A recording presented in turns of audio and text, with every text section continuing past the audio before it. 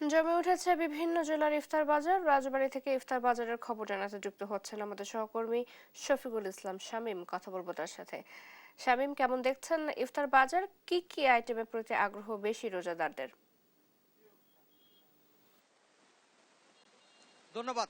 আপনি যেমনটি জানাচ্ছেন যে রাজবাড়ী জেলার ইফতারি বাজারটা ইতিমধ্যে কিন্তু জমে উঠেছে বলে জানা যায়। আর এই রাজবাড়ী বাজার প্রায় শতাধিক ইফতারি দোকান রয়েছে। তার মধ্যে রাজবাড়ীর যে রেল স্টেশন আছে সেই রেল স্টেশনে ইফতার বাজারটার চমক রয়েছেন ক্রেতাদের কাছে। এখানে রাজবাড়ী ছালমা হোটেল নামের একটি হোটেল আছে। এই হোটেলটি প্রায় অর্ধ শত বছর যাবৎ বিভিন্ন সুনামের সাথে কাজ করছে। তো সেই সুনামের সাথে কাজ করলেও এই ইফতারি বাজারটা তারা ইফতারি বিভিন্ন প্রকার ইফতারি বেচছেন বা ইফতারির সময় কিন্তু তাদের নানা প্রকার কিন্তু আইটেম থাকে। এখানে কিন্তু শত শত মানুষ কিন্তু প্রতিনিয়তই কিন্তু ইফতারি কিনতে আসছে। তো আরেকটি বিষয় জানে যে আমি এখানে কথা বলেছি, এই ইফতারি বাজারে কিন্তু একটি বিশেষ আইটেম রয়েছে। সেই আইটেমটি কিন্তু আমাদের কিন্তু জানিয়েছেন তারা যে এখানে একটি আইটেমটা যেটা রয়েছে সেই আইটেমটি হচ্ছে যে তার মধ্যে হালিম যে আইটেমটি রয়েছে সেই হালিমটি কিন্তু এখানের অনেক মানুষ কিন্তু কিনতে আসে বলে আমরা জানতে পেরেছি। তো আমি দুই একজনের সাথে একটু কথা বলবো যে এখানের যে বাজারের যে ইফতারি, ভাই আপনি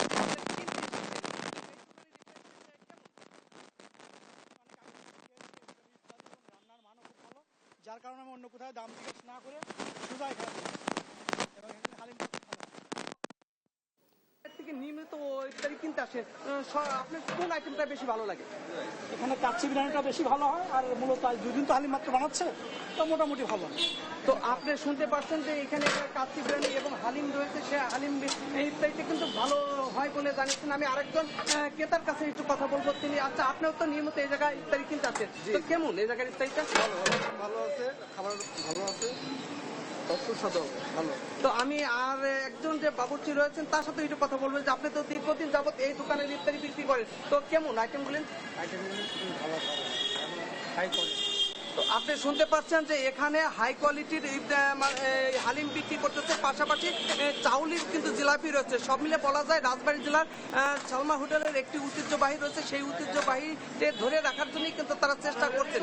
তো এখানে কিন্তু প্রতিনিয়ত ইফতারি বিক্রি হচ্ছে বা এই যে সুনামটা কিন্তু তারা ধরে রাখবেন বলেন, সেই বিষয়টি কিন্তু দোকান মালিককে আমাদেরকে জানাচ্ছে। তো এই ছিল রাজবাড়ী জেলা ইফতার বাজারের সর্বশেষ সংবাদ। আমি চলে যাবো স্টুডিওতে। শামীম, ধন্যবাদ আপনাকে। রাজবাড়ী থেকে ইফতার বাজারের খবর জানাচ্ছিলেন সহকর্মী শফিকুল ইসলাম শামীম।